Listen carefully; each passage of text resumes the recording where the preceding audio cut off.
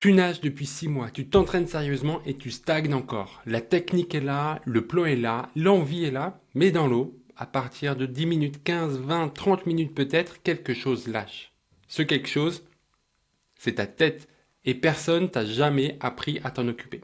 Bonjour et bienvenue dans Swim Smart, le podcast qui s'attaque au vrai blocage de la natation adulte. Je m'appelle Théo, je suis le fondateur de Swim Smart et aujourd'hui on traite le sujet que la plupart des coachs évitent. Ce qui se passe entre tes deux oreilles pendant ta séance. Comme d'habitude, tout ce qui accompagne cet épisode, des notes, un guide, etc. est sur swimsmart.fr/212 parce que oui, on est déjà au 212e épisode de Swim Smart. Je te laisse prendre 5 secondes et dépenser 0 € pour t'abonner au podcast. Ça va te permettre de me soutenir, de me donner un boost de confiance et d'aider d'autres nageurs à découvrir ce podcast. Et tu le sais, la natation est le seul sport où tu es coupé de tout. Il n'y a pas de musique, il n'y a pas de regard, il n'y a pas d'échange possible. Juste toi, le bruit de l'eau et ce qui tourne dans ta tête. 45 minutes de longueur, c'est 45 minutes en tête à tête avec toi-même. La plupart des nageurs subissent ça. C'est pas facile à vivre. Mais quelques-uns en font un levier et c'est ce qu'on va essayer de faire ensemble. Parce que dans cet épisode, tu vas repartir avec 3 outils concrets pour ne plus subir ta séance. Comment poser une intention avant de plonger, comment construire une phrase qui ramène ton attention quand ça devient dur, et comment traverser les moments où ta tête lâche avant le corps. J'ai mis tout ça en forme d'un protocole d'une page utilisable au bord du bassin avant de plonger. Tu peux le télécharger gratuitement sur swimsmart.fr/212. C'est parti.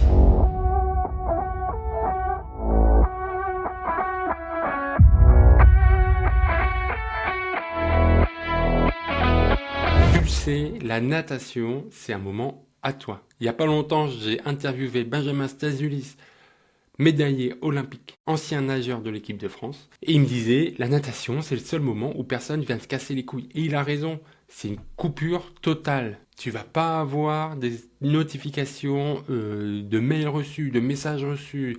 Tu vas pas avoir la tentation des réseaux sociaux. Tout ça, tu ne l'as pas. Tu es vraiment tout seul, dans ta bulle.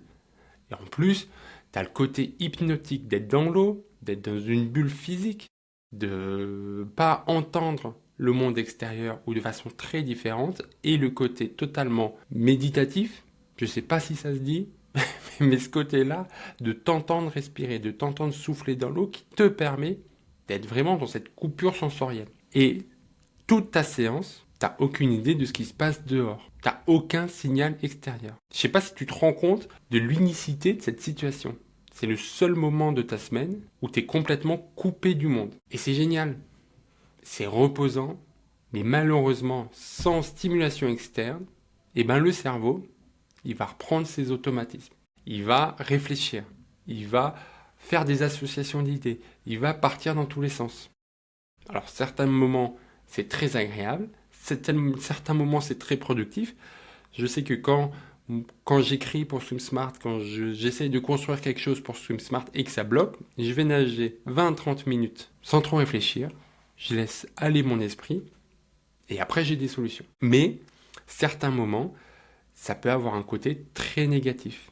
Parce que à ce moment-là, tu peux te dire certaines pensées, tu peux avoir certaines idées négatives. Parce que la question n'est pas de savoir si ta tête part, si ton esprit part, s'il va vagabonder. Parce que c'est le cas, ça va se passer. Tu peux pas contrôler ça. Par contre, tu peux très bien contrôler ce qui se passe quand ton esprit vagabonde. Ce qui se passe, quelle est la question que tu te poses quand ça arrive. Et là, c'est tout le discours intérieur du nageur qui va se mettre en place. Et malheureusement, le discours intérieur d'un nageur adulte qui stagne, il n'est pas très positif. Je suis persuadé que quand tu nages, que tu ressens tes appuis qui sont un peu plus compliqués, qui sont plus fuyants, quand tu sens tes épaules qui sont plus douloureuses, quand tu sens ton énergie qui file, ta respiration qui est rendue de plus en plus difficile, il y a de grandes chances qu'à ce moment-là, tu dises « Ah, j'avance pas. Ah, je suis nul. Il me reste encore combien de temps ?» En tout cas, moi, c'est ce que des fois je me dis, parce qu'on passe tous par là. Et quand tu te dis ça, ton esprit, il est dirigé vers ce qui va pas. Il est dirigé vers ce qui coince, vers ce qui manque, vers ce qui bloque. et pas vers ce qui est actionnable, pas vers ce que tu peux modifier. Parce que quand tu vas nager, que tu vas avoir du mal, que ton esprit va dire « Oh là là, j'ai les bras qui sont lourds », bah ça ferme la discussion. Ça ferme la réflexion et tu passes un mauvais moment. Et tu sais très bien que si tu passes un mauvais moment, si tu es fort mentalement, tu vas en vivre plein, mais tôt ou tard, tu vas abandonner. Et là, on va devoir créer toute la différence entre avoir des pensées qui vont être néfastes, qui vont être juste un constat négatif de ce qui se passe, et d'essayer de rediriger son attention. L'idée, c'est pas de se dire il faut avoir des pensées positives. Parce que pensées positives, c'est large, c'est un petit peu inutile. Non, ce qu'on veut, c'est être efficace et diriger son attention vers un point qu'on sait actionnable, qu'on sait pourquoi on doit actionner et qu'on sait comment actionner. Donc on transforme un discours intérieur d'un nageur qui stagne négatif en un discours intérieur d'un nageur qui cherche une sensation, un comportement, qui a un objectif, qui ne fuit pas la douleur, qui n'encaisse pas la douleur, mais qui prend la douleur pour ce qu'elle est, un signal, et qui apprend à le traiter. Si tu es abonné premium, on en a déjà parlé dans la dernière capsule. Comment gérer la dégradation de sa nage au fil de l'entraînement. Donc on a déjà parlé de ça, mais là on va rester un peu plus large, un peu plus global.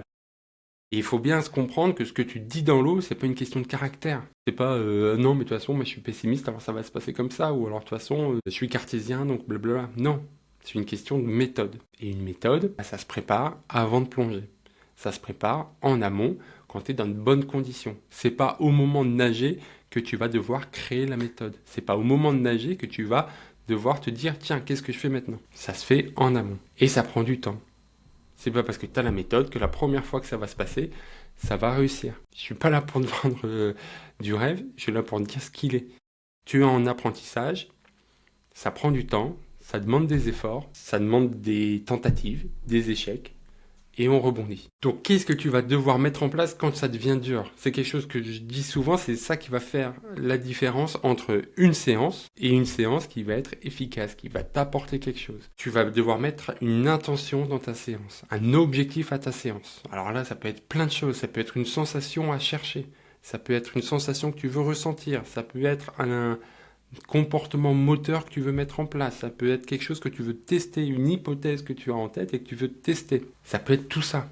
Et là, tu as des milliers d'exemples et il n'y en a pas un mieux que les autres. Le seul truc qu'il y a mieux, c'est avoir une séance avec qu'une intention, un objectif, sera toujours mieux que d'avoir une séance. Et ça peut être une sensation, donc, ça peut très bien être, ça m'est déjà arrivé, tiens, j'étais énervé parce que j'ai passé une mauvaise journée et je veux sortir de l'eau en étant détendu. Ça, c'est une intention à chercher. Et l'avantage d'avoir cette intention, c'est qu'après ta séance, elle est beaucoup plus facile à écrire.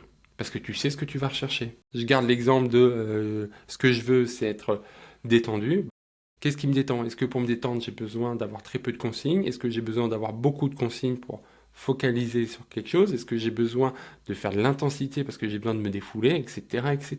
C'est toi qui te connais le mieux. C'est toi qui sais ce dont tu as besoin, ce dont tu n'as pas besoin. Donc ça peut être une sensation comme se sentir détendu, ou alors ressentir un relâchement de la nuque quand je nage, ou avoir le bras relâché dans mon retour aérien.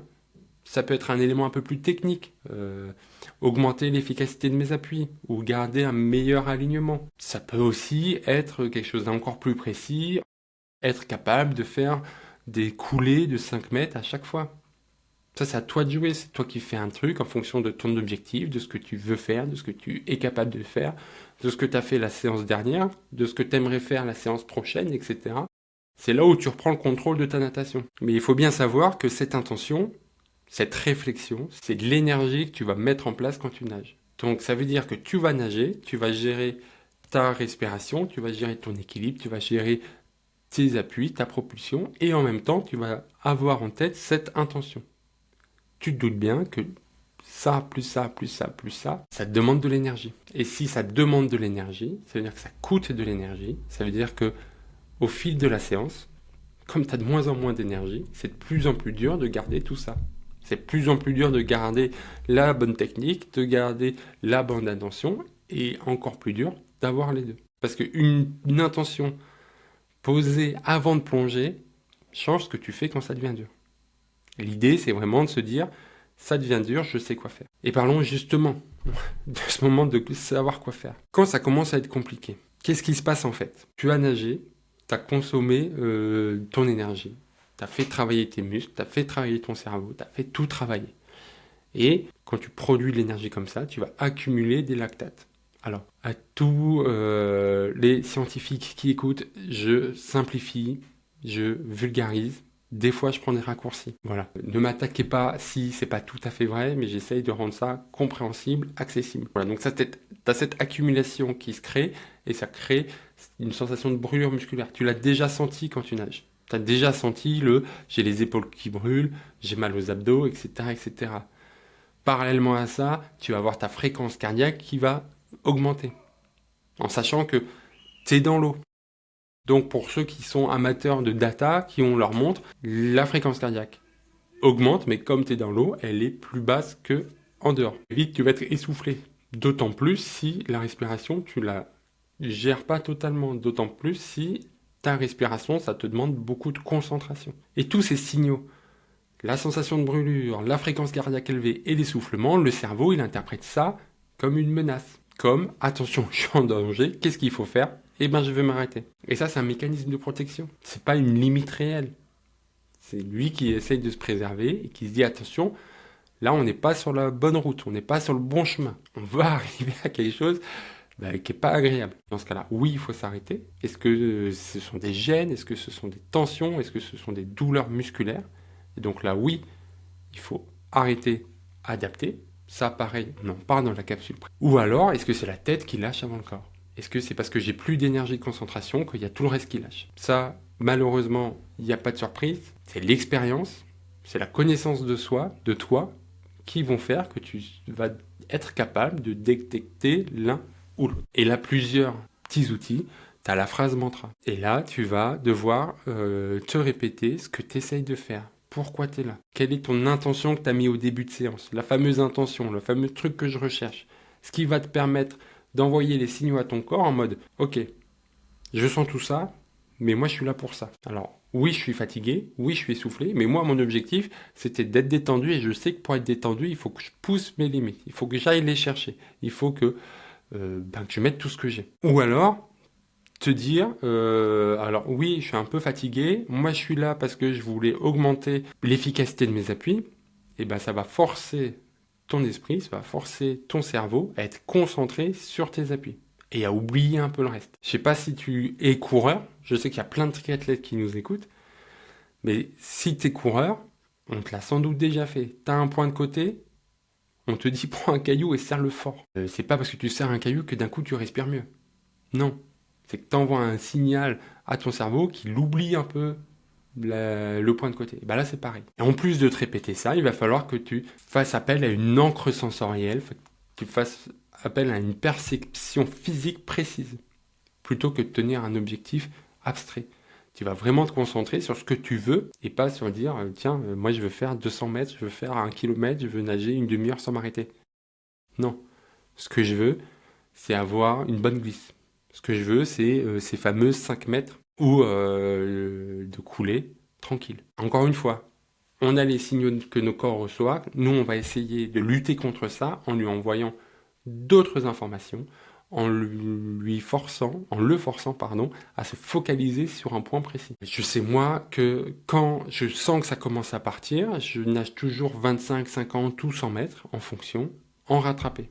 Et pendant le rattrapé, je suis concentré sur le contact de mes bras sur les oreilles lors du rattrapé, le contact des deux mains, parce que ce sont des trucs physiques, concrets, que je peux ressentir et sur lesquels je peux être focalisé. Et après, je cherche la sensation de stabilité du bassin et je fais 25, 50 ou 100 mètres. Et généralement, si au bout de 100 mètres, j'arrive pas à le récupérer, c'est qu'il faut que je réfléchisse à l'idée d'écourter l'entraînement ou l'adapter. Encore une fois, ça, on en parle en premium. Il faut bien que tu te rends compte que ces outils, ça rend pas la séance plus facile. C'est pas parce que tu as ces outils que boum, tu n'auras plus mal, tu n'auras plus de douleur, tu n'auras plus la confusion. Non. Il te donne un endroit où mettre ton attention, ton intention.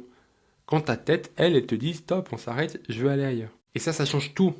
Mais ça change tout sur la durée. Ça change tout si tu le fais plusieurs fois, si tu t'améliores dans cet exercice. Parce que Une séance avec une intention, c'est forcément une séance où tu progresses. C'est forcément une séance où tu auras appris quelque chose, où tu auras éliminé une hypothèse, où tu auras validé une hypothèse, où tu auras validé des sensations, où tu auras affiné tes expériences. Et une séance où tu progresses, c'est forcément la meilleure des séances. C'est forcément celle qui va te donner envie de revenir, parce que le meilleur moteur de ta motivation, de ton plaisir, ce sont tes progrès. Et si en plus tu cherches à progresser techniquement, tu ne peux progresser techniquement que si tu as de l'attention, de l'intention. Parce que tu peux améliorer que ce que tu observes. Si tu nages sans réfléchir, tu ne pourras jamais voir si tu t'améliores. Ou alors qu'avec le chrono. Mais le chrono, c'est pas une amélioration, c'est une résultante de tes améliorations. Moi, tu le sais, chaque séance avant de plonger, je me dis pourquoi je suis là. J'ai ma petite zone de confort, ma petite forteresse de solitude. Quand ça va pas, je sais quoi faire. Et cette semaine, on a beaucoup parlé de partage. On a vu avec Cameron qui prépare à traverser la Manche que la natation, ça se partage. Le nageur seul, le nageur solitaire, comme toi, comme moi, on n'est pas sans ressources. Alors, c'est juste que par défaut, on est mal équipé, mais on n'est pas sans ressources. Tu as le podcast, tu as des chaînes YouTube, tu as les PDF, tu as le brief Swim Smart, tu as plein d'éléments qui te permettent de construire tes accompagnements à toi, tes ressources à toi. S'il y avait un truc à comprendre aujourd'hui, c'est de se dire que tout ce qu'on vient de voir, c'est pas une technique de plus à placer dans l'eau. C'est pas ça qui va t'aider à mieux nager. Mais c'est un regard différent sur ce qui se passe dans ta tête pendant ta séance. Parce que la stagnation que tu ressentais, c'était pas une question de niveau, c'est une question d'attention mal orientée. Et l'attention, l'intention, c'est pas facile, mais ça se prépare. Donc toi, dès ta prochaine séance, fais une seule chose. Avant de plonger, choisis une sensation à chercher. Pas une distance, pas un chrono, une sensation. 30 secondes au bord du bassin, avant de plonger, pendant que tu bois ta dernière gorgée d'eau, parce que je te rappelle qu'il faut s'hydrater quand tu nages, et c'est là que tout commence. Et si tu veux construire cette habitude semaine après semaine, le brief Swim Smart est fait pour ça. Chaque soir à 19h, une prise de conscience dans ta boîte mail. Un fil conducteur entre tes séances. Quelque chose qui tient dans la durée, pas juste le temps d'un épisode. Rejoins-nous sur swimsmart.fr, tous les liens sont en description. Je te laisse, je te souhaite une bonne journée, à très vite dans le